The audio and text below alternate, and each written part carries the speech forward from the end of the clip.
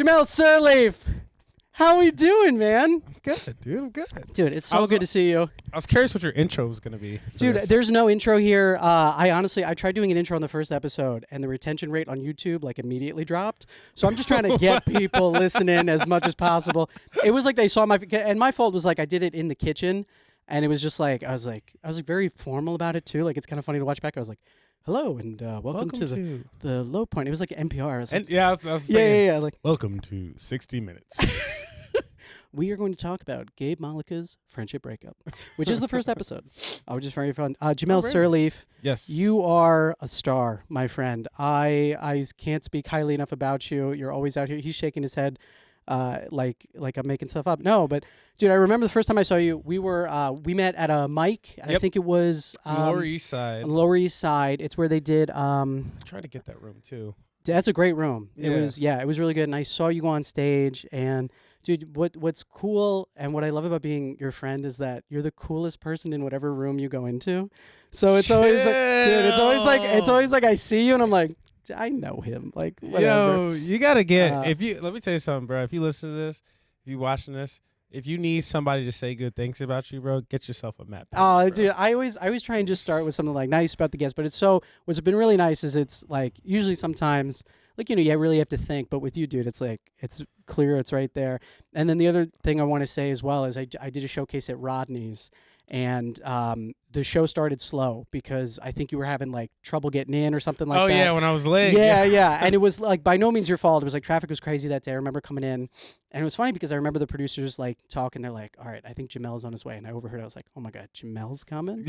Dude, you came into the room and crushed. It was a good show. Dude, it was a great show, but you made it a good show because it started real cold. Really? Was, dude, it was first 3 comics that went up kind of bombed, and which is it's fine. It's a show. Yeah, it's a showcase, and I don't mean that in a disparaging way, but in a way where you came in and you made it such an amazing show, and everyone was invested in you. And I was dude, I was watching, man. Dude, yeah. And you work so hard at it too. You're always hustling and doing shows. I appreciate it, bro. Yeah. That's the only thing that you can hang your hat on at the end of the day. Yeah. All this stuff that we do is subjective. I gotta give you flowers too, though, bro. Don't. I was waiting. I'm don't just kidding. lowball. Exactly. I know. This is contractual agreement. Right. Exactly. Yeah. We talked beforehand. I was okay, I'll now go for first. The 20-minute segment on Matt Pena. No, bro. You work super hard. Obviously very talented, very funny. Dude, that means the world coming from you. I'm gonna say underrated if that's no disrespect. No. I appreciate that, and I'm actually very happy you said that because one of my things this year is my thing was last year I didn't get passed at a club, and that was one of my. I was really disappointed about it, but I really thought about it, and the things I want to do in this space. I'm so blessed I have this space here at this bookstore in Hoboken where I can produce the shows and work on the stuff I want to work on. But you've hosted so many times, and everyone says so many amazing things. Whenever you host, it's really nice. And the comics really, I really built this to. I want comics to have a place outside of clubs where they can come and work on stuff. Mm-hmm. Like Brian Elberg, who's an amazing comedian, I love him. He came and he did 10 minutes without teacher jokes, and he texted me after. He was like, "Thank you for creating a space where comics can work on stuff like that." Yeah. And he was that meant so much to me. And it's so nice that also very funny guy. He's so funny. Yeah. You can go follow him, Brian Elberg. He's awesome, dude. But dude, it's I'm just so happy to know you in the scene, man. Bro, I'm you talk about this space, dude. I've never been here. You've sold out I've done this show 4 times. Your show, 4 or 5 times, something like that. Every single time sold out. It's nice, man. Every single time, local people, people really in Hoboken, people who live around the corner, people that know you. That's you building a little community and family. That's what it's all about. It's really nice. And the shout out to Carmen Russo, who's the owner, who's her mission statement is to build community in Hoboken. You're doing it. And dude, she lets me do it, and I'm so grateful to her. But we had a mic here. We do instead of buy a drink, we do buy a book because all the books here are $4 to $7, which is awesome. So comics come and whatever, or you can give $5 cash. I didn't even know that was a. Dude, yeah, we've done it twice, dude. The last mic we did, we had packed room a regular show. Dude, it was better than some of our shows. People were in it. They were having a good time. We had some music acts go up. Dude, it was so much fun. We used music too. Yeah, we had music come on. Oh, that's fire. Yeah, dude, it was so funny. And it was such a blast, man. Also, bro, not to glaze you, but also online presence, phenomenal, dude. And that's you fucking popped. You did it. I appreciate that, dude. And here's the thing, like I wanted to talk about with you as well, because you do these amazing videos with Josh Semensky, who's another wonderful comic. I've seen him a bunch. Dude, you just did a video that fucking killed me and Taylor. We were watching it on TikTok. The average dude chooses. The school. Dude, yeah, the school. Not the school, the work one. Yeah, the work one. Dude, such a great premise. And when you put on that Starbucks hat, dude, I was dying laughing. I was on the internet for like a week trying to find, like on Amazon, trying to find like hats for these companies, bro. I was trying to find a Walmart hat for so long. Walmart sells every hat except for one that has their logo on it. Yeah. They don't. That tells you a lot about them. Well, yeah, exactly, dude. And then, but also, who's not repping the? I rep Walmart's logo, bro. Like it's not that deep.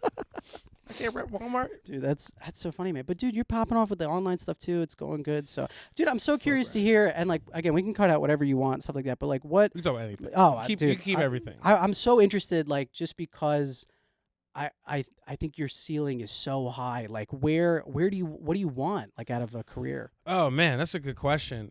Bro, it's very simple for me. Like, I just want this to be my job. Yeah, and I'm in the same boat. It's just I really don't care that much about all this other stuff. Yeah. Like, I just want to wake up every day and know that like all I have to do is write jokes, make videos, and then go on stage and tell them. I want to like travel. I want to tour. And then I want to do like movies and TV. I have like all those aspirations for sure. But like first and foremost, it's my sole singular focus right now is just making this my job. Dude, I love that so much, and it's so apparent like it's so apparent in your work on stage that like you dedicate a lot of time to this. You said something which reminded me, Sam Frank, who's another amazing comedian. I love him.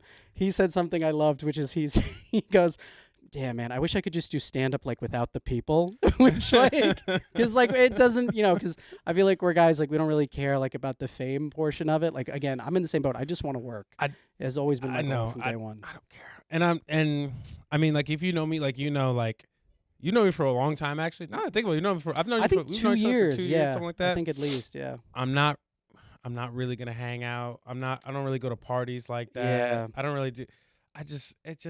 Dude, and what's so interesting is like, because the hang I feel like is so important, like to comedy as well, like to meet people. Right. And, because I work in business during the day, and it's funny, I've had this realization where like the networking aspect is like way more important in comedy than it was in business.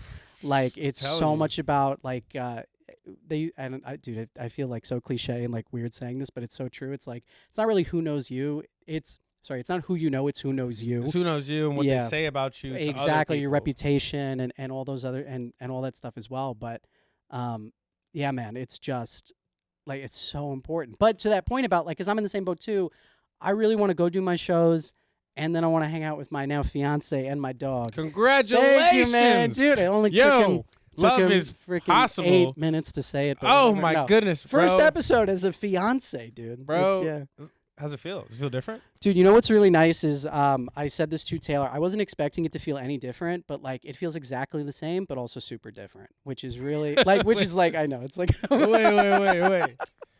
It's like pick one. No. Do you like stare at her when you wake up in the morning? Not. I do that just for. No, I'm just kidding.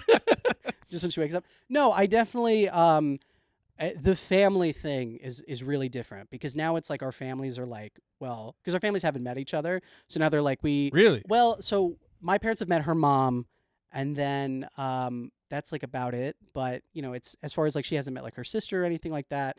We're gonna try and do it this summer. But that's been like the biggest difference. It's like, oh shit, like the worlds have to collide now. Wait, how long have you guys been together in total? So we've been in total 2.5 years.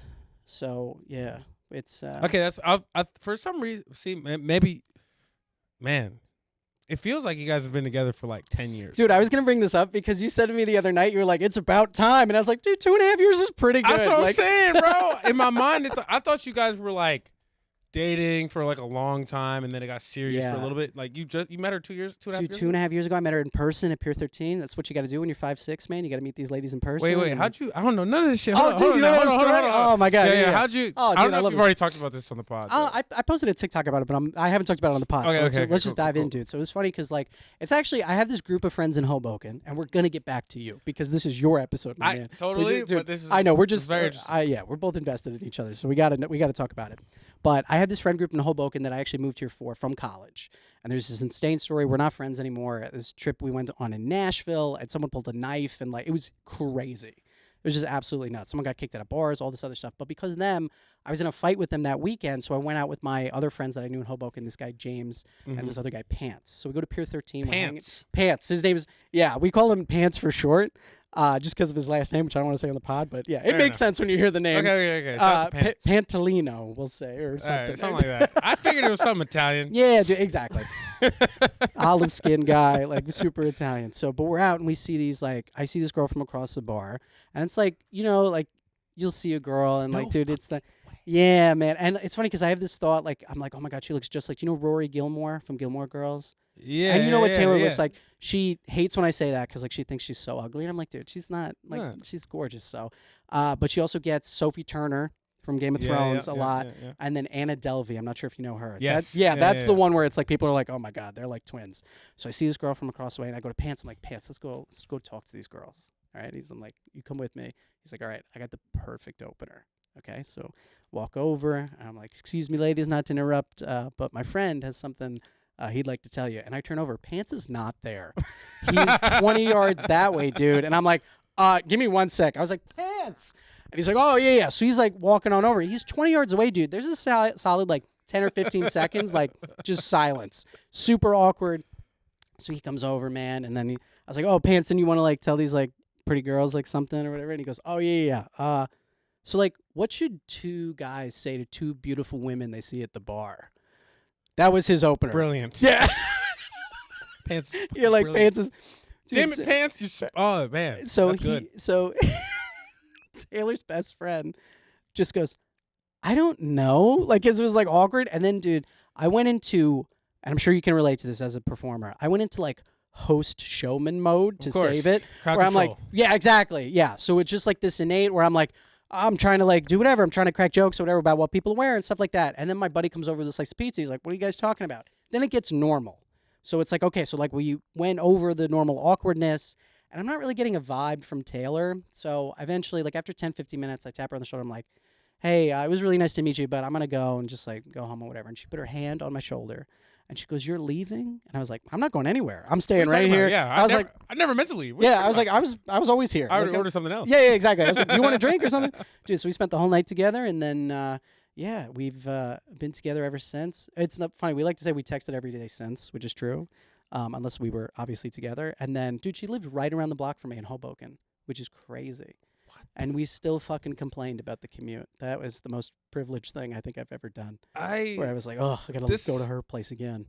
Now I know what you're talking about when you said you talked about this on TikTok. I've seen it. Oh, okay, yeah. But I don't think you understand how insanely rare that is. Dude, that is in 2020. What year is this? 2023. Oh, the year. I thought you meant what year is it now? Yeah, 2023. Yeah. Well, I mean, shit. Yeah, dude, exactly. True. We don't. Whatever it is, 2025. Yeah. Do you know that's probably never gonna happen again? Dude, I'm trying to work on never was ever gonna meet in person again. I'm trying to work on a joke about it, but it's not working. Where it's like, I don't think this is the angle, but I'm doing something on stage where I'm like, it used to be when you said you met someone online, people would be like, what are you, a creep? Yes. No, I heard that. Yeah. Oh, you've heard the That's show. A great joke. Oh, you like that one? Okay. What do you mean people don't like it? I don't know, because it hits sometimes or not, but the biggest one is like, it's almost like a UFO where people are like, I've never heard of people like meeting in person anymore. No, it's insane. Well, I think what you said in the joke, not to repeat your joke. No, it's all good. But like, it's true. Like, it used to be creepy to meet people online. You were a creep if you were messaging people online. Right. Now, like what you just described, okay, like people that are listening, watching, you need to understand that in this year, what story he described, up until the point where she was like, where are you going? You were the creepiest person at that bar. Dude, that's what I'm saying. You were a murderer. Yeah, and it's like that's insane. What are you doing? It's crazy, man. And it's I'm like, what am I? What are you bothering her for? Yeah, exactly. Yeah, it's like, who am I that I think I could talk to women in public? How dare you? Yeah, exactly. Yeah, so but dude, like, so, and are you still single, or are you seeing anybody now, or? Oh, brother. Oh boy. I think this is my permanent. This is it? Oh, you found her? No. Oh, damn. No. No, I think dude, that we did it. No. I think we did it. We killed it and we ended it. And I think I'm just gonna be single for the rest of my life. Yeah. Do you like the single life or no? Nah, dude. I'm not. I'm not. No, I'm not. I'm Not not one of those fake people that's like, Yeah. oh yeah, like I could do whatever I want. Like Yeah. but like, dude, this shit is lonely. Yeah, and it's hard when you're a comic too, because it's a lot of times people are working a day job and then you're busy at night. So it's also, and when you're at night, when like you're at work, like you're there to do a job and you're not really there to, I mean, yeah, it's cool to meet people like after shows that really like your set and stuff like that. But like you said, it's like half the time you just want to go home and you want to like. I know, I'm not trying to bring nobody to the show. Yeah. You think I stay the whole show. You go up third. Now you got to wait 4 more people. Yeah, exactly. And then you know what I mean? Like and then you got and then, I mean, the good thing is when you get good and you start to really work, then you got another show after that. Exactly. You got 7, you got an 8, you got a 9. And then I'm trying to do more spots. Yeah, man, exactly. And it's like, then you're home at 3 or 4 in the morning, and it's like then you're off schedule with people. Like it's even we make it work. I'm very lucky because I work from home during the day, so it's like we have a dog together too. So like we literally switch. So like when she comes home from work, like she takes care of the dog, and then I go into the city to do spots or whatever I'm doing. So we make it work in that sense. But I do have to be cognizant of like, okay, I need to take one night off to spend with her and like be present and around. Yeah. Because it's a hard balance to strike, dude. I that's why I have it with my sister. I have the same setup, but with my sister, makes it way easier. We don't have to fuck. We don't have to do that. Same exact setup, bro. I don't have to kiss her. I'm home. I'm home all day, and then she's a teacher, so she comes back at 5. Yeah. You know, I say what's up, how's your day? Then switch off. She takes the dog out, and then I go do whatever I need to do. But yeah, it's same exact set. I get it. It's beautiful. Same setup. I would argue mine's a little bit better.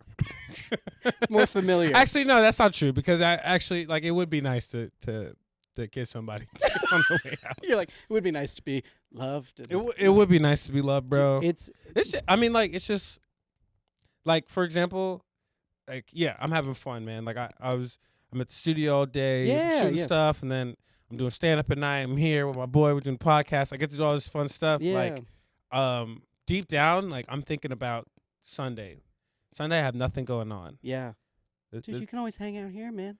I know, but it's Hoboken, dude. It's no one wants to come out. Everyone else is gonna be we'll hang out with you and your fiance and your dog. Like, get the fuck out of here, bro. I'm not doing that shit. Dude, Taylor loves you, man. So she's the best. She's awesome. Cool people, yeah, right? She almost like this is how much she likes you. Is she hates coming here because I'm here all the time. Yeah. She was like, oh, maybe I'll come by and see Jamell, and then and say what's up. That'd yeah, be fun. yeah. I know. I thought it was gonna be both of you guys. I thought you were gonna do the whole couple host thing. Sometimes she comes by. She was here. I had a friend, his name's Matt Kasabian. He did the podcast. He had ulcerative colitis for his low point. We're gonna get to yours in just a moment, but so that was his. So she hung out for that one.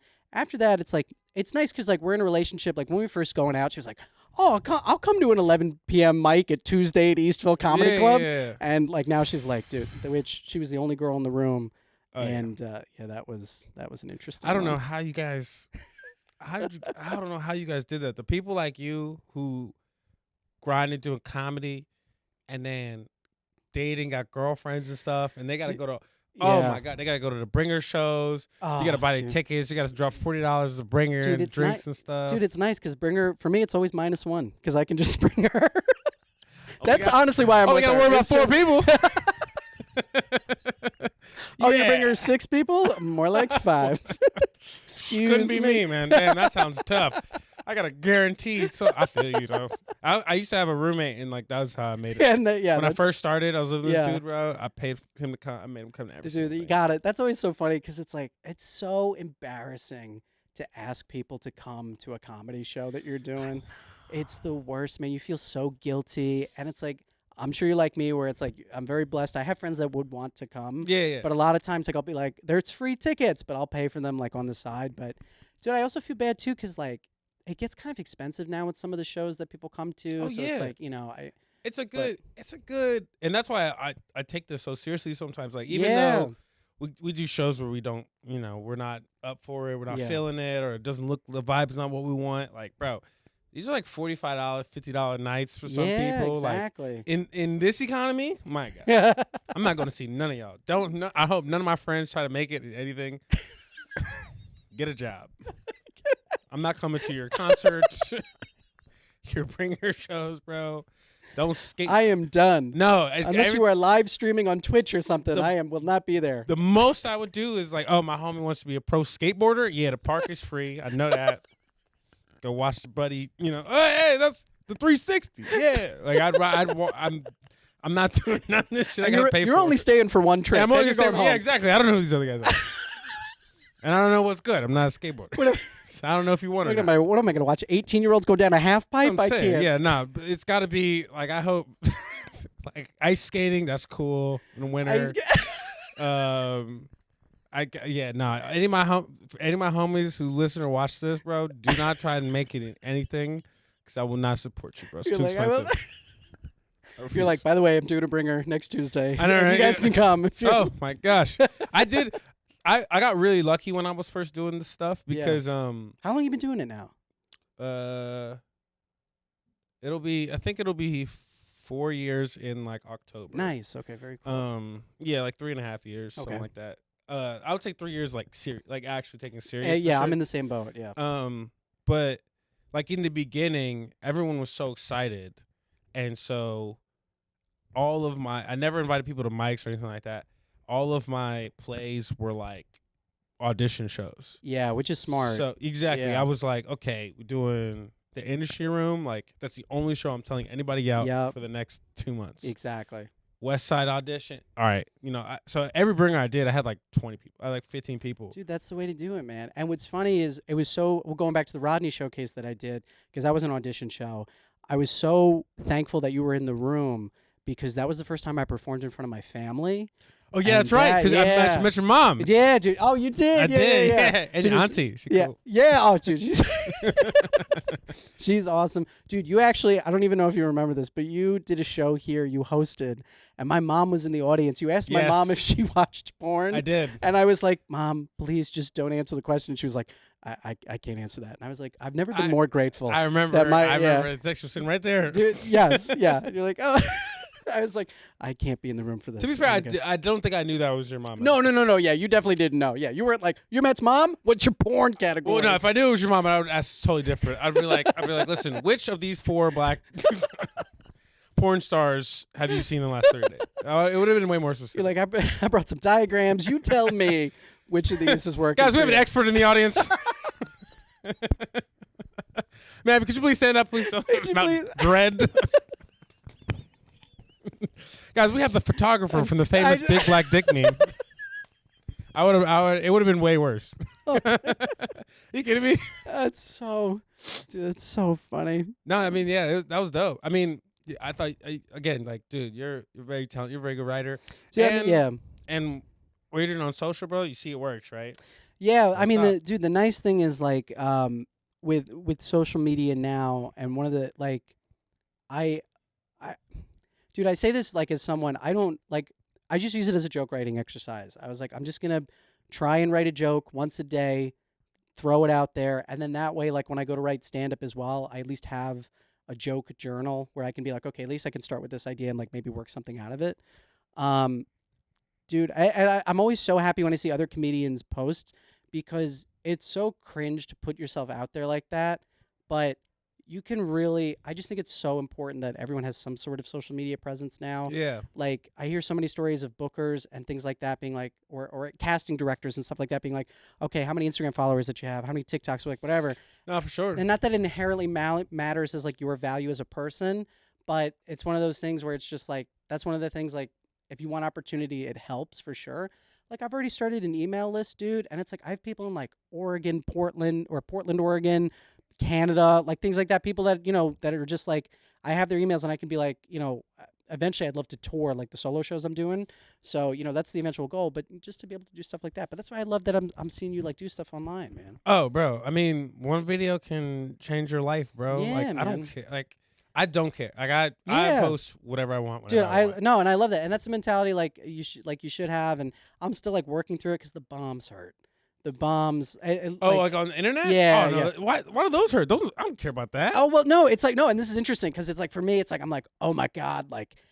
And I'm still working on this, but I care so much about like how other people see me, and I know that's a flaw. It's tough. So I'm trying to work on it, bro. Like, yeah, if they don't, they lying to you. Yeah, exactly. And it's like I've gotten much better over the years, where it's like, and like small. I actually keep a log of like small wins, where it's like, for example, I'm gonna go home and I'm gonna write in my like log that you said I was like underrated as a comedian, which coming from you really means a lot to me. I'm not being like sarcastic or funny. So I always try to go back to that where it's like, okay, this video popped off. Maybe it's like if one doesn't do well, I'm not like the worst comedian in the world or whatever. And I was talking with Dave Colombo, and he did the podcast. I saw that. Yeah, he's awesome and he's a great content creator. And even he was like, yeah, sometimes like I'll do a video and it'll pop off, and then like I'll do the same video, same writing style, and it'll get like 20 times less the views. And he's like, I didn't really become 20 times less like worse of a writer. Yeah. It's just the algorithm and like things that are out of your control. None of this isn't real. Oh no, exactly. This isn't real. Like, and I want to be very clear. Like I know I'm like talking a lot, but 100%, it's totally about like connecting with people. Like that is a tool to what you eventually want to do, which is like you want to be selling your own tickets and you want to be doing your own shows, and or at least from my perspective, that's it. If you use this right. Like you just all you do is you learn about what works, what doesn't. Like what do you like what do other people like. Yeah, exactly. Like I've worked in social media for a long time. Do you work in social media during the day too? Yeah, I'm a content creator. Oh, dude, I love that. Yeah. So, but I've known this for a while, but it's definitely way more evident the past 2 years, bro. 90% of people that follow you, I'm not gonna see that. Oh yeah, exactly. Yeah. It's literally everything you post these days is being funneled into a machine that's compiled with like 14, 15 other videos of very similar veins. Mm-hmm. They're all shown to the same different cohorts of people. It's going through this like if you put a piece of chicken in a meat grinder, bro, you're not gonna get the same piece of chicken that come out of it. It's gonna be some little bits here, some little bits there. Yeah, that's really interesting. That's what's getting funneled and sent out into like the universe. So like, bro, I've had best friends comment on a post, be like, "Yo, this is hilarious. This is like the third time I posted that video." What, like, where? You know what I'm saying? Like, 100%. Most people don't see any of this stuff. All our videos are just the algorithm trying to figure out, is this person worth sending more followers to? Yeah. Right. That's all this is. No. Eventually, those followers will turn into dollars, which is what we want. Yeah, and dude, you know what's really nice, and like I say this just as like being like not as a brag at all. But like what's nice is like I'm making a little money now on it, and I'm using it for ads for this show at the bookstore. Dude, we're doing shows every week next month, which I'm super pumped about. But it's an investment in the stage time, and then I'm running my solo show in April that I'm gonna use that money like for ads to do that too, man. So bro, it's so much about just keep doing what you're doing, bro. Yeah, man, and that's I really do mean it means so much to hear that from like someone I respect and admire so much. And I actually want to use that as a transition too. We can get into your low point, which I don't know. Oh yes, maybe not my best. Why can't I get on the high point pod? No, this is good. No, this is good, dude. This is good. Yeah, and you know, it's the whole point. Obviously, it's like a safe space to be vulnerable and everything like that. But Jamell, you told me that you said you struggled a little bit with school. That was the low point for you. Yeah. When you asked me what my low point was, I feel like I have so many. And it's hard to pinpoint a specific low point, but when I racked through my brain as I was like typing and thinking about like what my low point was, it's just all the lowest points I could think of happened in school at some form. Like whether it was like middle school, elementary school, high school, college. College was pretty bad at certain points. Sure. Like I was pretty messed up in the beginning. I want to kind of go back just because I think like years of therapy, like so much starts in like childhood. Yeah. So like when you say like kindergarten was rough for you, is it like the learning aspect of it? Was it like, I feel like it wasn't socializing.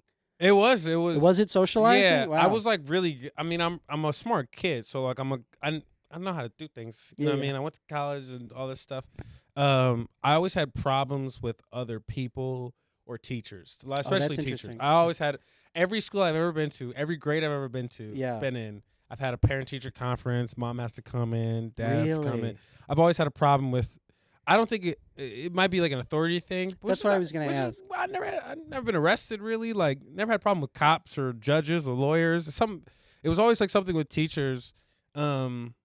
But yeah, like even going back, like elementary school, we got in trouble for we were like breaking shit in the we had like a recess air time and we were like breaking stuff in the backyard. Oh, so it was more like were you like so you were like causing trouble and like stuff like that, or like what was it with these teachers that like caused the friction? You know what it was? I don't think I listened very well.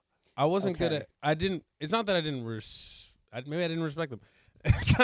I just like people like Actually, here's the core of it. I think, in my opinion, is I'm a black kid, biracial kid in Central Florida, right? I'm at like all white school. Yeah. Were you like one of the only black people in your grade? Yeah, I was one of like.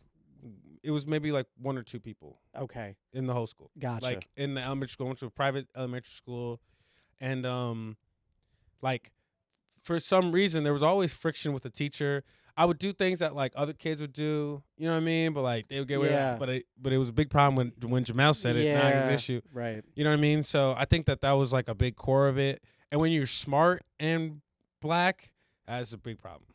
What do you mean? Because you're not supposed to be. This is Florida. You're supposed to, you're supposed to, yes, ma'am, no, sir, all that stuff. Sure. I would question things, be like, why we got to do that?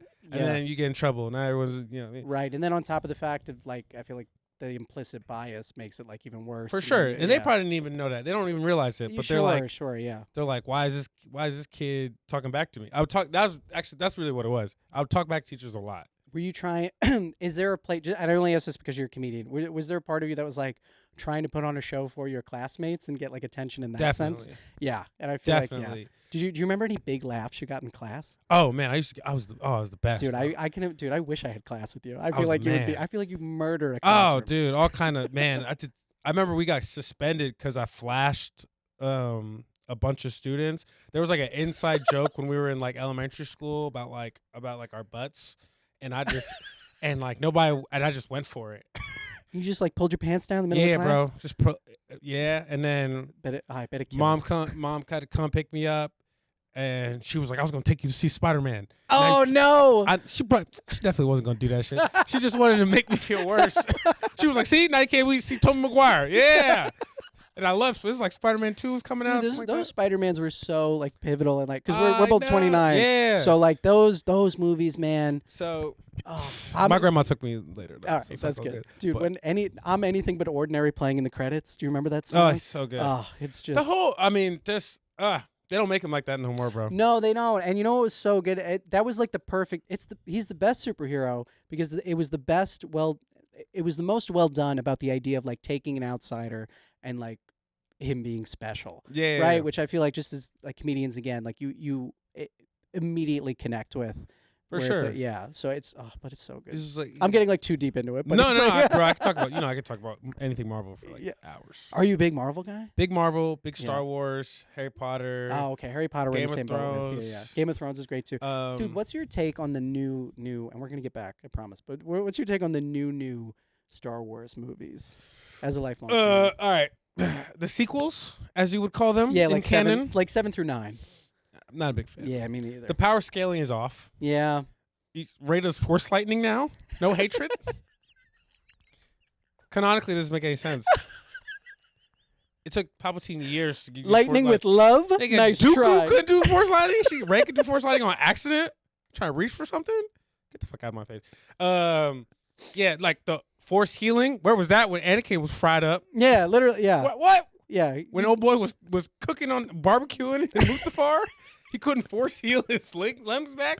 Rey gets stabbed in the chest. She's good. Like, that doesn't make any sense. Yeah. The Force essence thing, that was weird. I could go on it all day. No, dude. Rey kissing Adam Driver, that was so unnecessary. Yeah, I was like, what's going on there? Dude, you know what it was? They were trying to recreate too much from the original trilogy. Exactly. And I knew it exactly when in the 7th one, spoiler if you haven't seen it, I guess, where it's... Spoiler for them. They don't deserve to see that. Exactly. Yeah, literally. It's like, don't bother seeing it. It's when you learn that Han Solo is Adam Driver's father. Yeah. And I was like, oh, we're really just going for shock value. Like, I was like, this isn't. Dude, they literally just copied the whole thing. I mean, yeah, I'm like, and then, I think the only thing that really makes me mad is the fact that George Lucas wrote sequels. Yeah. Sent it to them. Right. And they were like, nah, we're good. We're going to do something else. See, I didn't know he wrote sequels to send to them. Oh, yeah. Wow. It was about Luke and Leia and like their whole thing. Right. And they're the main protagonists. It all makes sense canonically. Like it goes. Right. Then they just decided to scrap all that. And you know what? I bet it's just because all these like big budget movie studios now are just trying to put out crap that's just like. But people have caught on to that, which is why nobody goes to movies anymore. That's what I'm saying, bro. Everything makes no sense, bro. Palpatine and Darth Vader, they spent 30 years building a Death Star, gets blown up. They're like, fuck, we gotta build another one. They build another Death Star, gets blown up. These guys in the middle of nowhere in like 6 months build one that can. The Star Destroyer killer that kills like 8 planets at once. Like, how ridiculous is that? It's just how long it took to kill Alderaan.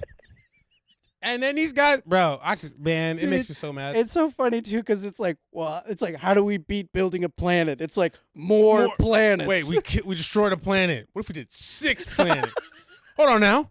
10 planets. Yo, like that's so stupid, bro. I don't want to see that like, come on. And I'm not. Look, I don't have an answer, but it's like that's not where the story needs to go. That's what I'm saying. And then we were old enough to remember when it was like it took Jedi like 45 years to get good. Yes, yeah. And this was just she was good immediately. Yeah, which is not, and that's also not fun to see from a character development type thing. Like what? She was doing all the front flips that Luke and Yoda was working on in I know. the first 3 minutes. I know. The only cool thing I will give them credit for is the lightsaber fight in like the winter forest type. Yeah, that was scene. cool. That was cool. The lightsaber hilt I thought was a little cheesy. But it's cool, it's I guess. like fine. I never see get it. like that. Yeah, so it's like you got to give them credit there. Like go ahead. No, I was going to say just compare I mean like it's like just compare what your feeling was. Your same age as me, so I know you went to the theaters to see it. Phantom Menace? I didn't go, not for Phantom Menace, but Revenge of the Sith. Revenge of the Sith? Yeah. Oh, bro, I wore a robe and shit, and Dude, I brought a lightsaber. Oh, my God. But I wore Harry Potter robes to get the 7th book, which we're going to talk about Harry Potter next. So did I. Big nerd over here, bro. And big gangster, so don't play with me. I still will kill you, but I also love Harry Potter. Just a gangster who loves Harry Potter. Bro, real talk. It's universal. That's what I'm saying. Never judge a book by its cover. That moment when Maul shows the dual lightsaber. Yeah, that alone washes everything from. Did people cheer in the theater when you went? Oh my gosh, that's like one of the earliest memories I have. But that's way cooler than a hilt, I would argue. That's what I'm saying. You know, it's like, and again, I don't know. I don't write the movies, but like a lightsaber axe maybe but I don't know. And it's like a hilt is like, all right, it's just my other thing. It was done. And if you're going to start a story, start a real story people can connect with, not a clear just trying to. I'm just trying to, Matt, when they had like the monkey walkers, remember that shit? God. The gorilla, was that necessary? Was it necessary to make the walkers gorillas? Was it necessary to make them do this? No, it wasn't. It's absurd. But I want to hear just because again, as Wait, are we switching to Harry Potter? Yeah, just because I'm a diehard Harry Potter fan. Is there anything else you wanted to say about Star Wars? No, please. I think we covered it. That'll just make me upset. Absolutely. But I will say, Revenge of the Sith, that was one of the greatest movies I've seen of all time. I can recite word for word so much from that movie. And just what's great about that movie is like in every other Star Wars movie, there is a like an ultimate lightsaber fight. That one is just action packed throughout. Starts with one. There's ones throughout. It's just Battle in space. We get, Grievous. We get Obi. We get everything. Let me tell you, blue on blue. Not bad. It's just the Mustafar fight in general, like when they're swinging from the and the cutbacks to Yoda and Palpatine. It's just that really is. The music. The music and John Williams is incredible. Dude. Do you ever listen to like that music when you work out? I do sometimes. Yeah, it's come on, bro. You're like, I ran a 5-minute mile. I don't even know, bro. I'm fighting the Jedi Temple in my mind. Order 66. Anyway, let's go. Harry Potter. What house are you in? Have you taken the test? Yeah, I have. I'm ashamed to say. No, it's okay. Go ahead. Hufflepuff. You're Hufflepuff? Yeah, I'm ashamed of it. No disrespect, bro. I can see it. No That disrespect. is the worst thing you get out. No That is disrespect. the worst thing anyone has ever said to me. First of all, I got a cousin. She in Hufflepuff. You're like, I got cousins in Hufflepuff, man. I think my auntie in Hufflepuff too. You think I would hate on my auntie? You say it like I'm looking for people in a support group. Like it's like I got a cousin in Hufflepuff. You want me to call her? They meet on Wednesdays. Matt's in Hufflepuff too. You guys should hang out. Yeah, bro, that sucks. Dude, it's no. Can I guess yours? That's dope. Cedric Diggory's cool. That's, I mean, he doesn't last very long, but is there anyone, it's like funny. Did you read the books? Yes. Okay, yes. yeah. So I read the books. How many times did you read the books? I probably read them all twice. Okay, so I think I'm in the same boat. I think I read them like 2 or 3 times. I actually just showed my fiance the movies, which was cool because she was into those. Oh, you lucky nice. bastard! Dude, it's very to be cool able to show somebody. Oh, that's the best. I'm trying so hard. Dude, I have one of my good friends. He just he's showing his girlfriend Star Wars, and she's showing him Harry Potter. That's a great month. Why are other people? Oh God, why can't you give me these blessings that other people have? God, these things that other people have, give them to me. Come on, man. All I want is to meet a beautiful girl who's amazing, smart, and funny, and has never seen Star Wars before. Oh. And we could watch them together, 4 through 6, and then 1 through 3. Right, which is the right way to show it. And then the other thing is too with those, it's great when they like it because I feel like most smart, beautiful women probably don't like it. Bro, there's this dude on TikTok I saw. He was showing his girlfriend, and he was like recording the reaction. I don't know if you saw this. I don't think I did. Oh, bro, don't even do it. It break your heart, man. It's just actually no. You're fine. You're in love and you're confident in that. Not me. I watched maybe like 2 of them, and I couldn't watch them no more. Oh no, because she was so into it, and I was just crying. Oh, I see. I thought you were gonna say she wasn't into it. No, she was so into it. That's really and cool, it broke me, bro. Dude, I try to do that with the New York Yankees. I am a diehard New York Yankee fan. Trying to get it. I try to make it like reality TV for my girlfriend because she's obsessed with reality TV. Try to give her the storylines. Nothing's sticking. I'm dying to go to opening day. She won't go with me. You know, it's crazy. It's like, I shouldn't say that. She would if I really, really pushed. But yeah, man. That sports, I think sports is hard because sports, it's gotta be a moment, right? Like, we all had a moment trigger, and we maybe don't remember it because with us, sports happens so much longer. Oh, that's really interesting. There's a moment trigger. Like for example, my sister never cared about football. Okay. The one you're having sex with. Correct. The one I'm not. Sorry. I genuinely don't have. I was gonna try to make. We another can cut that if you joke. want to. No, we have to keep that. I was just trying to think of like a rebuttal joke, bro. But like, there's nothing. I was gonna say the one who should be giving me sex. I don't even know what to say to that. The one who's a freaking prude, right? man. You mean my roommate? That's all she is. This is my roommate. Like she never cared or whatever, and then. There was something about the Super Bowl and like Kendrick and the halftime and Trump. Oh, this past year. Yeah, nice. And like this Taylor Swift and because my sister's super liberal. Okay. And so like the Swiftie, Travis Kelce, Trump stuff. Yeah. There's something about all of that, and then the Eagles. When I came home from the Super Bowl party, she was like, "Yo, who's Cooper DeJean?" I was like, the white boy? She was like, "Yo, I love the Eagles." She was just on TikTok looking at Eagles highlights. Dude, she became a huge fan. Yeah, now she loves the Eagles. And it's crazy. And one that I feel like that's the value in like winning these championships now for these organizations is you get fans that way and things like that. But it is really cool because with social media now, you have so much more access to the team, and it feels so much more like a personal connection with them. That pick six highlight, like that's easily all that stuff is easily digestible for them. Yeah. You can't watch. You can watch that out of context. You can watch a dope play out of context. Yeah, man, you can't say nobody no Star Wars TikTok. No, you don't understand. He had emergency powers by the Senate. His term had actually ended, but because of the Trade Federation block on Naboo, like you can't explain what the fuck are we supposed to do about that shit. You don't understand. This is how democracy ends with thunderous applause. That hits. You don't get it. She's Queen Amidala, but she gave it up to become a senator. like it's just you don't get it. He was into her since she was 11. I'm telling you, no. And no human had ever won a pod race before. It's stupid. And I forget. I wish this would hit. I forget the name of that. It's less than a centimeter of like a wompat or whatever it is. Yeah. Oh yeah. Luke. Yeah. No, you were saying guess my Hogwarts house. Yeah. Go ahead. Oh yeah. Are you a Ravenclaw? I'm not. No. Are you Gryffindor? I am not. Are you Slytherin? I am. Oh, that's crazy. Can you tell us about that? You whisper it like you were about to say Voldemort. Oh my God. Oh my God. Jesus Christ. He's gonna get. He like pops up behind us. Slytherin. Oh my God. How'd you feel when you got those results? Did you know? It felt right. It felt right. Nice. I can totally see myself in Slytherin. That's good. It's ambitious. That's really. And look, all that. And look, now that I'm in, when I became a part of a Slytherin house, I really understood all the propaganda that you guys. You know what? Out. I was just going to say left wing media. Absolutely. Slytherin. There's got to be one kid in Slytherin who's like, I just want to get a good job. That's what I'm saying, there's bro. Gotta be, whoa, what is all this about? He's working so hard. Yo, what do you mean we gotta go to the dungeons? Like, I want to fight too. Like I go to school here. Can we get some natural light in this dorm room, please? It's dark. Like, yo, not everyone wants to live like that, bro. Not even like.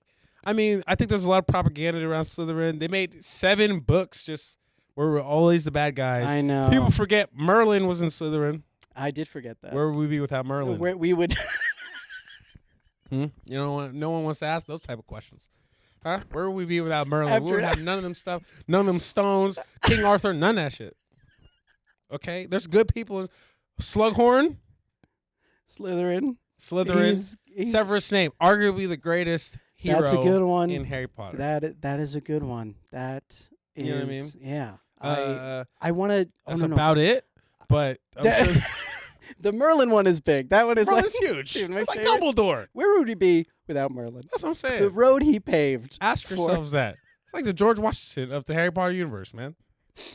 I do want to go back because I think it's interesting. Now, Slytherin, I'm trying to transition it way back. Totally. So as a Slytherin kid in like school and stuff, I am curious, Jamell, was there a time specifically you remember where like you had this friction with the teacher and it like kind of maybe even still stays with you or that was significant? Yeah. There was a point where one of the earliest real frictions I had with the teacher was in elementary school, outside of the pants thing. Yeah, a lot of that stuff was me being like mischievous. Okay. And again, I like the attention and I love making jokes. Yeah. But I didn't understand that like I was doing it at such a bigger impact than my peers. And that's why I was getting caught all the time. Because I was wondering, like, why is everyone picking on me? Yeah, bro, because you're attention grabbing. I was doing all this stuff in front of everybody. Yeah. But we were all messing around as kids and making fun of each other for stuff. And the teacher pulled me aside. This is easily one of my earliest memories. Yeah. And she was like, "You can't make fun of them for that." I'm like, "Everyone's making fun of them. Like, what if everyone made fun of you because you were black?" And I was like, she said that to you? Yeah. And I was like, "I'm black." I was like, what do you mean? And then I came home, and this is like, bro, I went to this is all pre like. This is like really young. So this is like these are literally my first, like I'm 4 or 5. Oh my God. And I didn't really understand what she meant because I'd gone to the school. It was very much like, oh, white. My mom is Montessori school. So my mom she's still a Montessori teacher. She owns a school now. But like she really wanted me to be in that. And I didn't really think about it. And then I came home and I was like, Mom, do people make fun of me because I'm black? And she stopped the car. She's like, what the fuck do you mean? Like, yeah, that's crazy. She's like, who's making fun of you because you're black? I was like, I am black. So I am black. She was like, well, yeah, obviously you're black. And I was like, well, I didn't say anything. Which, by the way, I just have to say, this is like the funniest way to find out that you're black. Or like insane way. It's just like, I never really thought about it before until then. Well, what's like interesting is like this is a time where and again, I can't speak because this hasn't been my experience, but I imagine it's like this is the first time in your life where you're like, I'm different than everyone. Exactly. So and it's then it hit me how different I was in that particular. Because obviously you see people that look. I just assumed everyone was the same. We just looked a little bit different. But I didn't know that there was like a label that you were put on. That was put on. And in the same way, and again, this is just I'm speaking more from like the naivete of like being a child. Like my dad had very dark. He's like Southern Italian, so like very dark skin. And like I asked my mom, I was like, "Is Dad black?" And like she was like, "No, we're Italian or whatever." But just like to highlight that understanding we have as kids, where it's like we don't really understand those boundaries and like those labels. If he was Sicilian, she would have said, "Yeah." Yeah, obviously. Yeah. And don't you forget it. Don't you forget it.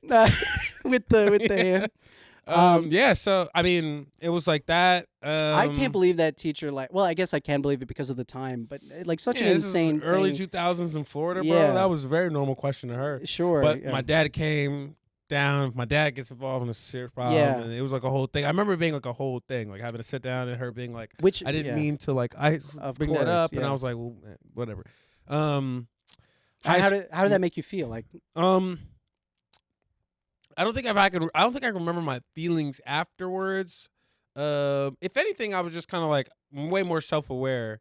Okay. And then about that aspect, and I remember I definitely calmed down a lot in terms of school after that. Like I wasn't like wilding out like I had been before. Oh, that's interesting. Because it made me realize like, oh, like no matter like, and every black person, every person of color knows this. Like, no matter what, like even though everybody loves everybody to a certain extent, and not everybody's like a bad person or racism, like or racist or anything like that.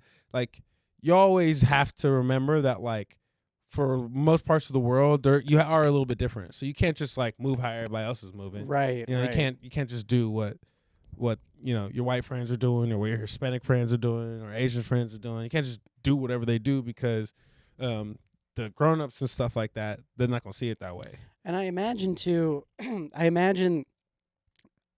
A lot of black people must have a story like that where they realized. I'd argue everyone. Yeah. So it's. I mean. Again, like I don't come from that world, so it's interesting and I think important for me to understand that like you've had that experience and how it kind of shaped you. I mean, there's also the opposite. Like you know Paul Wall. Remember Paul Wall? Mm-mm. Remember the guy who made the song about grills? Mm-mm. And that's Nelly. Well, Paul Wall was on the song too. Okay. Paul Wall's a white dude. Paul Wall didn't know he was white until he was like 15. Yeah, I've heard. Okay, that makes sense because I've heard like it's. Someone was like, "You a white boy?" He was like, "What are you talking about?" He was so confused, but it was like similar stuff. So you changed the way you act, and you're like what 4 or 5 at this point? Yeah, like, okay. I just remember calming down. Okay, like gotcha. I was very hyper. I was trying to do stuff, being funny, loud, and it's not. Yeah, and what's funny is like I guess I relate to that sense in the way of like, and I don't know, it's probably not the same, but I remember like I would have moments, especially when I was little, like I would be super hyper and like I would be like all over the place, or whatever. But when someone told me to kind of calm down or like watch myself, like it almost felt like I kind of went inside myself a little bit, like I had to hold back. Yeah, you know, and like, oh, I don't want to do that. Yeah, and maybe not like even in a bad way, or just like I need to kind of learn how to be around people without losing my mind or something. Freaking out. Yeah. I mean, it's a lot of like I remember. Cause I had a lot of white friends growing up, white friends, black friends, a lot of people. But I remember like, you know, you go to like your white friend's house, like definitely couldn't do everything that they was doing. And they, you know, I grew up with bad kids too, so like they would do certain stuff like go out at night, like break stuff. Like I remember, we would horse run, we would do bad shit all the time. Shoot BB guns and stuff. I remember I had one friend who shot himself in the leg with a BB gun. Oh my god! Copper bullets, bro, went right through his leg. Oh, like we used to do shit all the time. One time we were messing around and I broke one of my friend's mom's mirrors, and I've never seen anyone that mad before. Like she got so much madder than she's been in anything else. It was like it was a mirror in the garage. Did you know her like previously, like as your friend's mom and stuff? I've known her for years. Oh my god. You know what I'm saying? But it's like little things like that where they don't realize that stuff. No, yeah. Oh, you're saying that because you were black that she was like even angrier, or that's how definitely. Okay, yeah, definitely. Because like we white kids were coming in there and breaking shit all the time, doing all kind of bad stuff, breaking in their house, stealing their snacks and stuff. And again, I know I must sound kind of like an idiot at this point, but I'm really just I'm. It's more from a place of like empathetic understanding, like rather than, you know what I'm trying to say? Bro, this is the South. It's super normal. Yeah, which because I grew up in the Northeast, and it's like, you know, I grew up in like a predominantly white town too, so it's like, you know, I'm trying to understand. Because you got to remember, in the South, the demographics are completely different. Right, so these southern, small towns, these southern places, there's more black people. So white people are already on edge. Right. That makes, You know what I mean? Yeah. Gotta make sure they check. That's why the teacher was like, hey, make sure you know you're black. Yeah. Don't go here and doing all that fancy stuff, making all these good white kids feel bad. Like, you know what I mean? Yeah. That's just how it is. But so you were like doing as like an adolescent, then you were out like doing stuff and like.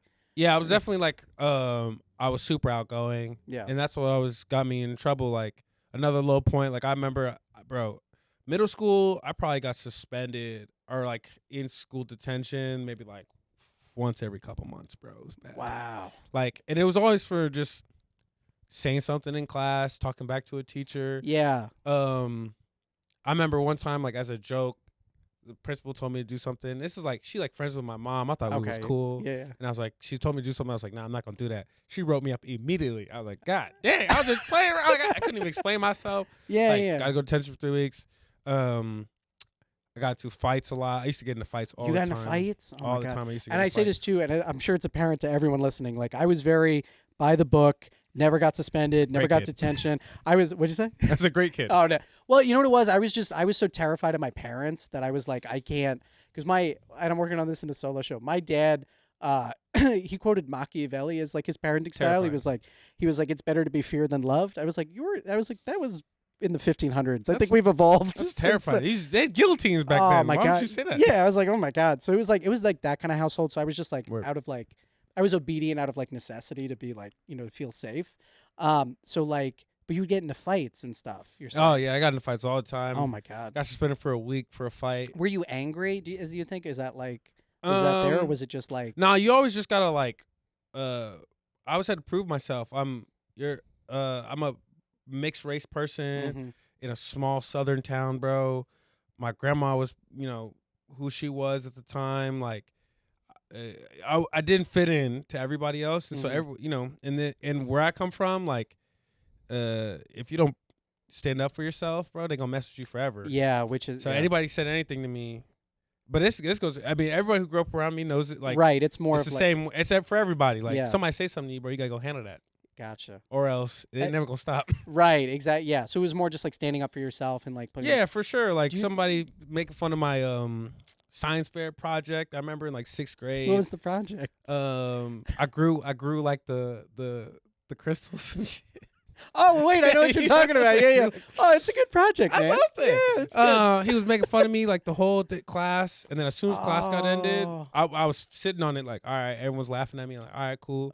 As soon as the bell rung and we got up, I walked over and I just hit him right in the face. Yeah, man. Oh, but that must have felt so good. Awesome. Not advocating violence, but yeah, no, but like, and then I was like, damn, I shouldn't. Yeah. I mean, I was like, damn, I gotta get in trouble again. Yeah. This kid was making fun of me. Caught him in the bathroom.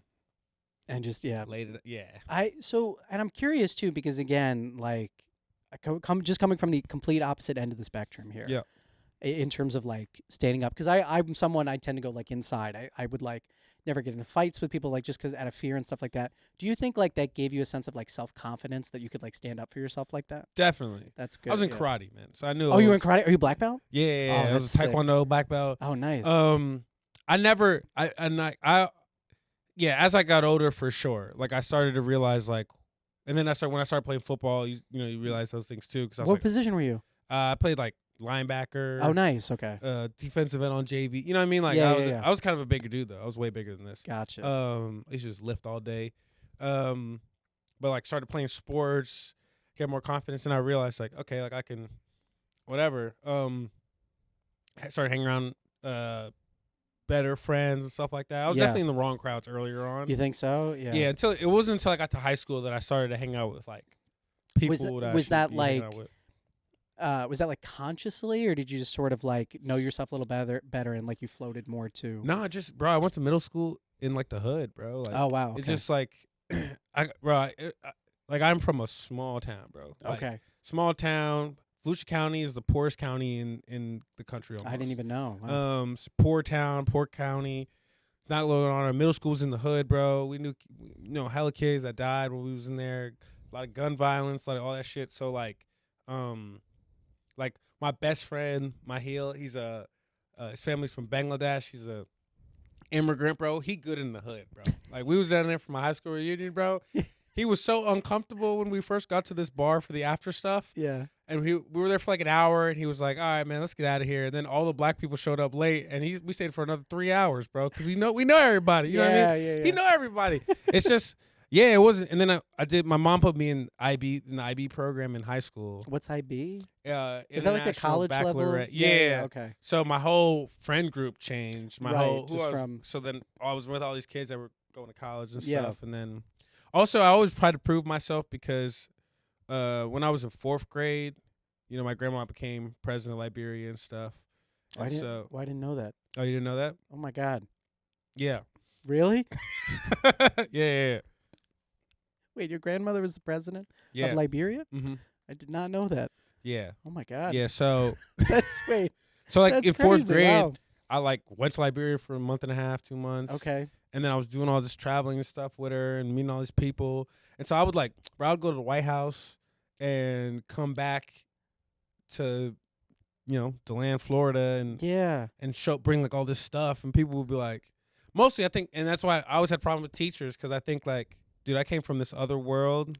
Wow. And it's hard. You can't listen, man. I just met the president of Denmark. Now, you can't talk to me crazy. Like, who the hell are you talking to? Yeah. So I always had an issue with teachers because I'm like, I already know more than you. Like, you never been to. Like, you never been to China. I've been to China. I'm in 8th grade. It's almost like like we talked a little bit about like implicit bias. It's like here you are. And I'm not saying the teachers did this like consciously, but like they're trying to put you in this box. For sure. They're trying to make you're like, no, I am this whole other person. I'm like, bro, my grandma has a Nobel Peace Prize. Like, you can't just. So I always had an issue with them. Because, you know, I was in the newspapers and stuff. It was on the news. It was like a big deal when all this first happened. Yeah. So, and during that time is when I was like entering middle school. Like, I'm in like those formative years. Mm-hmm. So I'm living these 2 different lives. Totally, man. So I was getting in trouble so much because I was just lashing out on, like, they would, like you said, like, I was like, why are you guys making me, like, putting me in this, why are you making me do all this stuff? Making me feel like I'm less than just because, like, I do all this stuff. Like, let me not talk about it no more. So that's why I kind of, you know, I didn't really talk about it. It's not something I just bring up to people anymore. No, of course. And it's so interesting, and I'm so glad you're sharing it, because, like, I feel like the easy answer, right, is if a kid's acting out in school, there must be something wrong or, like, whatever. But it could, in this case, it's, like, very clear it's the environment in which you're growing up in. And it just feels like, I don't mean to sound cheesy, but, like, you just weren't given that ability to, like, shine or be yourself. Definitely not. I mean, then everyone wants you to be everyone wants you to be a certain type of way. Like, I had a teacher, bro, like, I would, like, ever since I can remember, I love money. I love making money. I think money is dope.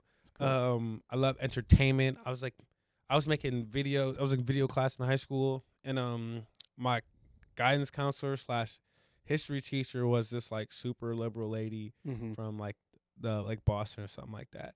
And she found out she knew who my grandma was. She was like a big fan. You know, feminism. No, I appreciate it, but of course. She tried to like, bro, for like 2 years, she was like trying to make me join all these clubs and being like, she wanted me to be this like civil rights lawyer and stuff. Oh, that's really interesting. Like, college stuff. She was like sending me these pamphlets, being like, I'm like, Shawty, I'm going to business school. Like, what are you talking about? Right. You know what I mean? Yeah, what? You're like, what? Pro bono law work? Get the fuck out of my face.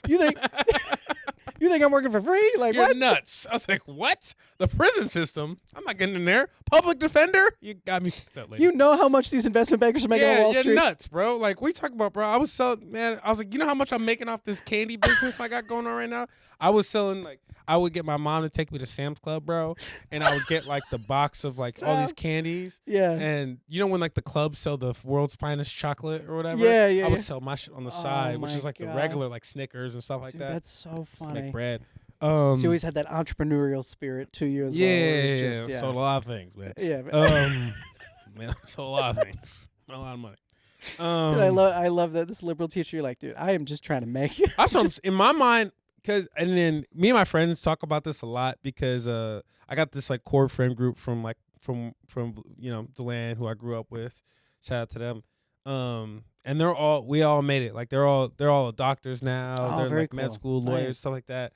But we talk about all the time, like in our minds, like that experience of living in like, even though our families were all immigrants, so they were kind of like they doing their own thing, making money. The people that we were around that we grew up with, bro, we have like a hood mentality. Yeah, like eat or be kill or be killed.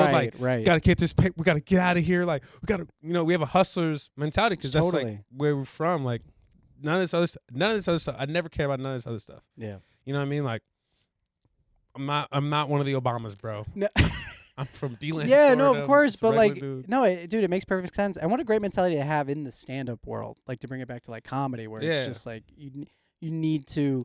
I do feel like it is an eat or be eaten type environment, especially in New York City, where it's just like, you have to fend for yourself. You have to just make it happen, bro, by yourself. I wake up every day knowing that like there's a kid out there that wants my spot. Mm-hmm.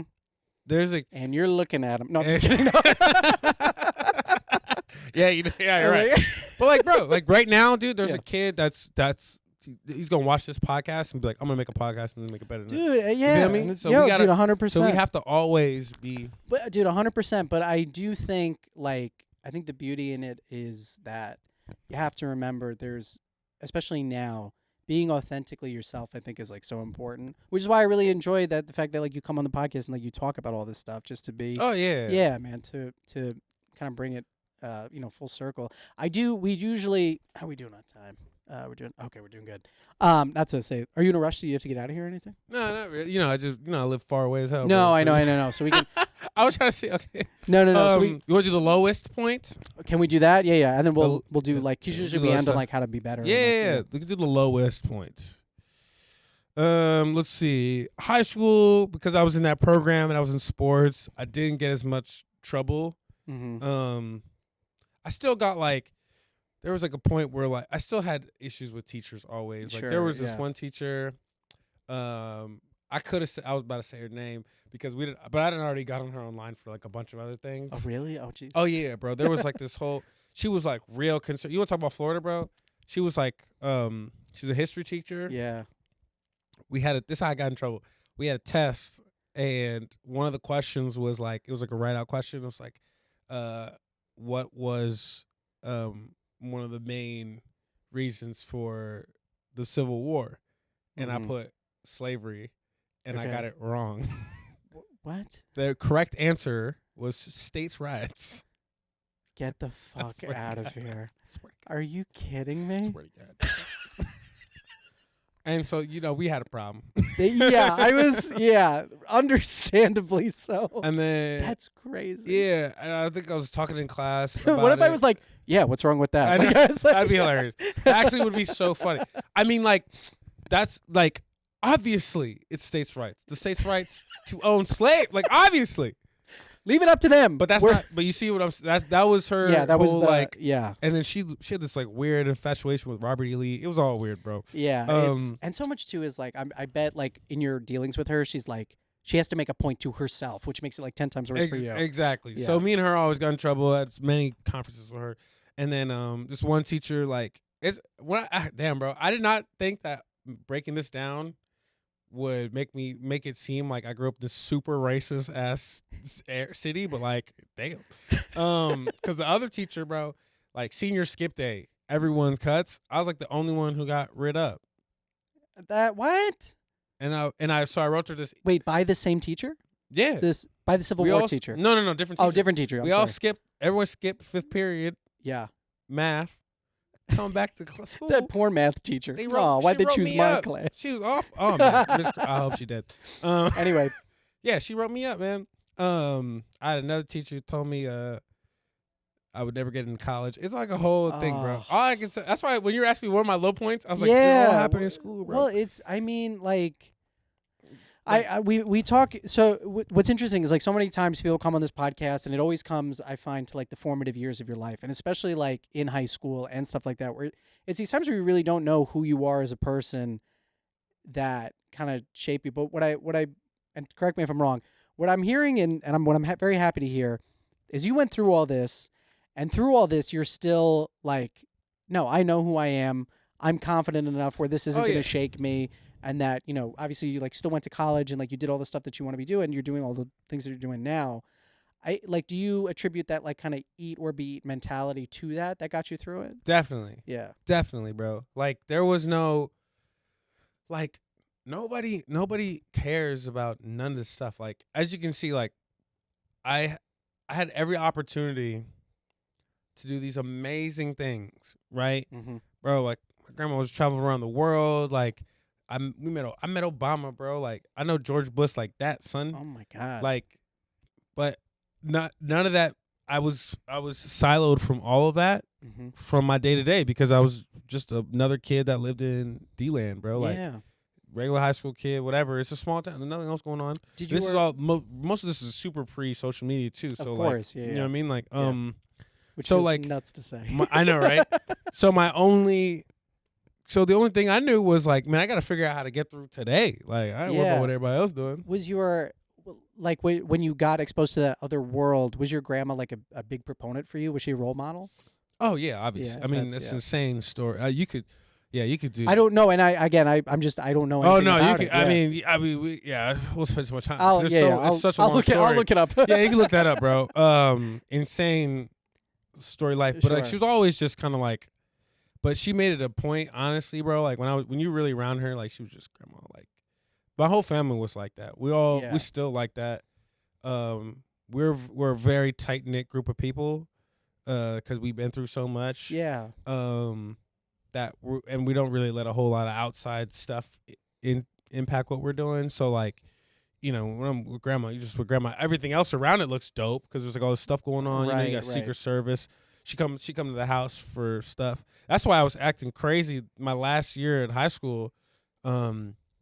Like the last semester of high school, bro. Don't worry, I got all my get back, brother. Because my grandma coming to my graduation. Yeah. So I got to meet the superintendent, the governor of Florida got to come down. Oh wow. The state congressman. They got Secret Service. They gotta go to the school and make sure everything is safe. Wow. We got a motorcade to the oh yeah, bro. And I milked the shit out of that. Yeah, I was like everybody that wronged me. I was like, yo, that teacher senior skip day. When I wrote her an email like this whole mean thing. I'm like, I CC'd the principal, bro. We had a meeting the next day. He was like, can you please apologize, Jamell? You all right? The principal made the teacher apologize to you, bro. Dude. That is amazing. Because, bro, he was like, you gonna fuck up this whole thing we got going. Yeah. I was late to the graduate. We had to do the rehearsal, bro, for the graduation. I was late. I didn't care. They had to wait for me, bro. You're strutting in, just like. Came in shades. I was gonna say shade. You have for to be sure. in shades. Coffee. Yeah. I was like. Sorry, guys. Everyone's like in You're capping like down, throwing it on waiting. the principal. Yeah. Like I wait. I get up on stage. I'm like, all right, this is what I'm gonna do. My little speech for grandma stuff. Grandma comes. You know, it's like lit in there. They make you valedictorian just because your grandma's there. You're like, I got to sit on the stage with the fucking people because I didn't do nothing, bro. If I'm that valedictorian, I'm pissed. I'm like, this guy. It would be, but that's the homegirl. Shout out to Rebecca. Oh, okay. Shout Never out to mind. Becca. All right, that's good. Shout out like to, we're tight. Yeah, no, that's homegirl. So like we cool. That's but good. She family too. So All right, she's good. All right, good. But yeah, it was mad. People started looking at me differently. But yeah, no, I milked the shit out of that. I would say the lowest point I ever had though was definitely in college. Okay. I had my first semester. I pledged a fraternity. I'm just coming from this real sheltered, small world life. Sure. I'm in Boston, and I get to do whatever I want. Yeah. It's partying crazy. Yeah. First semester, 1.0 GPA. I'm sorry, what? 1.0 GPA. Jamell. That means they broke it down for me. They were like, you went to the midterm and the final. They broke it down. You missed every other class. They're like, you went to the first day of classes.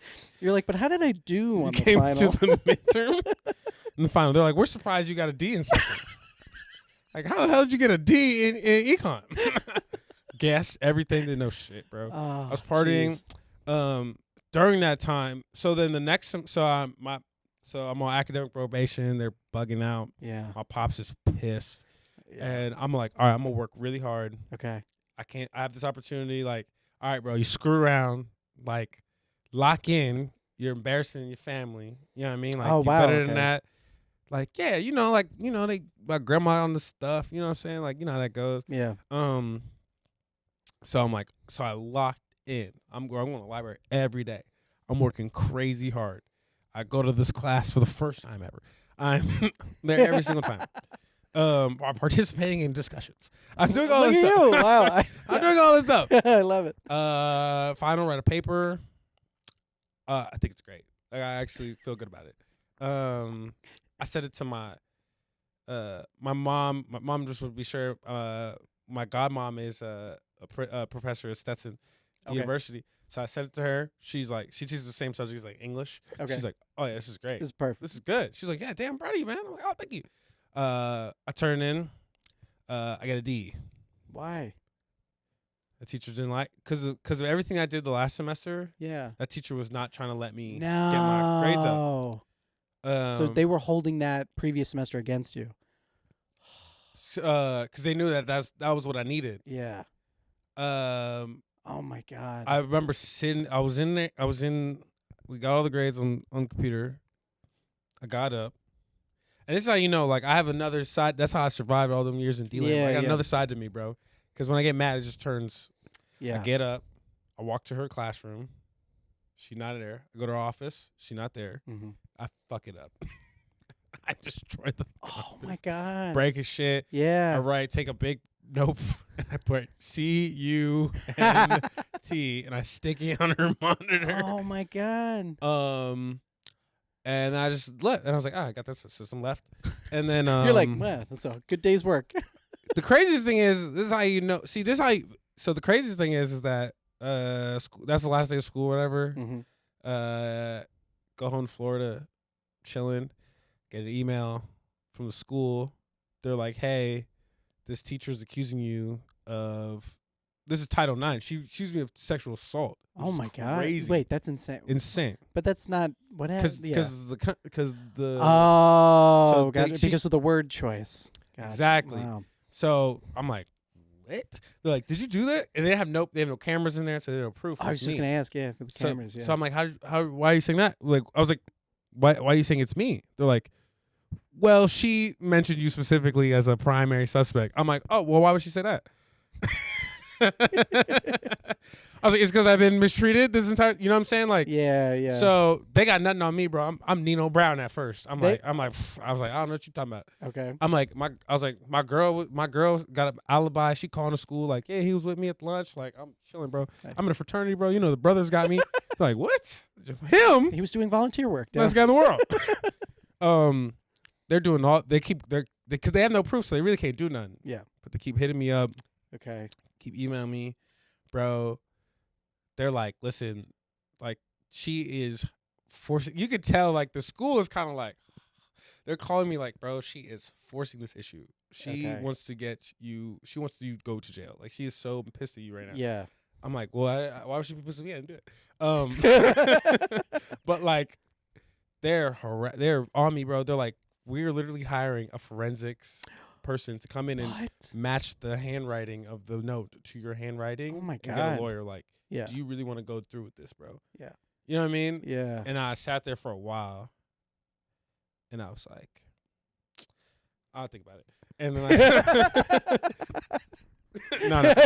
I call him back, and I'm like, all right, it was me, but this is why. Yeah. And I talked to. They were like, bro, they were like so relieved that they didn't have to deal with this no more. They were like, listen, bro, like, thank God. Okay, we'll like, don't worry about her. We'll handle her. Yeah. You gotta have a restraining order for the teachers. You can't be closer. Yeah. And then you are on probation till you graduate. Okay. So you had to like be dark times, man. Like, and they had to tell my parents, obviously. Yeah, that never. And goes everybody. Well. Yeah. I lost like my financial aid. Bro, I gotta want something. I got no money. Yeah. I gotta go back to summer school. So I spent every summer at school from then on. Wow. And I had to get a 3.5 every semester to graduate, which is difficult in and of itself. Correct, especially at BU. Yeah, that's not. Yeah. Dark, bro. But you did it. I did it. Yeah.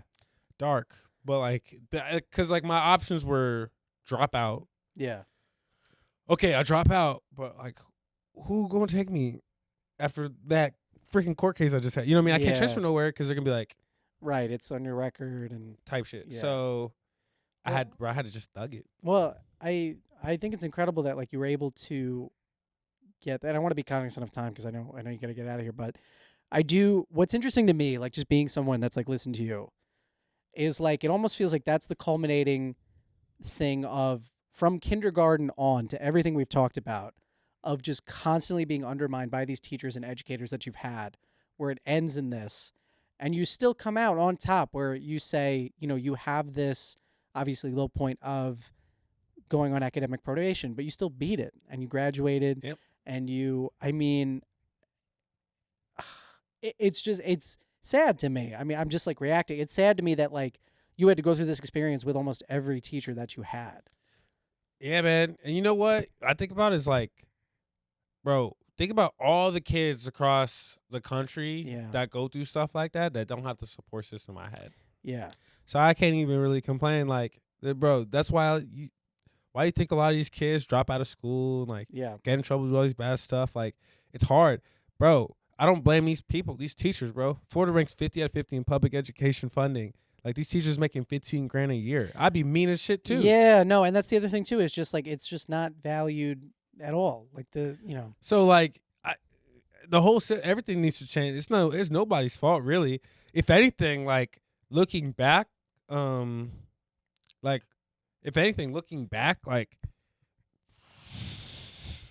all that stuff needed to happen for me to like be who I am today anyway. Well, then so that's and that's the point of the pod. And we can end on this, which is just I want to hear like if you could talk to that person you were like going through it, or a kid out there who's going through it currently. What advice would you give to them? Is it to kind of white knuckle it and get through? Yeah, I would say, bro, control what you can control. Yeah, because that was my problem. I knew I was smarter than a lot of people there. Yeah, I knew I came from a great, insane background. You know what I mean? Like, I had all these opportunities, and I was so frustrated. Why can't I just fix and change everything how I wanted to change? You can't control these people, bro. You can't control any of this other stuff. You can't. You got to enjoy and embrace, like, what's available to you, and then just work really, really hard at the stuff that you like. Yeah. And then do what you love. Like, my thing is I was trying to conform to what everyone else was doing, but, like, that wasn't me. Like, it never was from the beginning. Like, so, like, control what you can control. And then do what you love, so that so you don't have to deal with all these other problems because you're trying to do what everyone else is doing or do what people think you should be doing. Yeah. You know, whether it be school or work or whatever. Like, I should have been just writing jokes and making YouTube videos with my friends. Like, why didn't I do that? Because I didn't think that was something that I should. Like, I thought I had to do what everyone else was doing. Yeah, that's a big dude. And I relate to that a lot. Like, just not to cut you off, but like I relate to that as well. Where it's like, especially growing up, my parents wanted a certain thing for me, and when I expressed any sort of interest in comedy or whatever, it was like, it's not really a viable thing. And then, dude, you start doing it because I'm lucky I found someone who believes in me like Taylor does. And I was just like, I'm just going to do it to the best of my ability. And it's not going bad. So, it's like, so. That's it. Yeah. And especially, too, I think it's valuable advice because, I don't know, I think of you talking to someone out there who doesn't maybe have the confidence that you do, right? Which is that, I say confidence in the sense of, you were able to get through it, because truth be told, like I listen now and I don't know if I would have been able to get through, man. Like I give you so much credit. Oh man, Grandma has a Nobel Peace Prize. No, right? Your grandma's president of the country. What are you talking about? You'll be fine. I was fine. All right, Jamell, tell the people where they can find you. Yeah, find me on social media at Jamell Sirleaf, YouTube, Instagram, TikTok. Follow me on TikTok. Actually, I'm trying to get like Matt Pena, bro. Hell yeah. I'm trying to get this Matt Pena money. Dude, get that money, baby. It's all about it. Yeah, we said it before. He's just trying to. No, Jamell, you are an incredible comedian.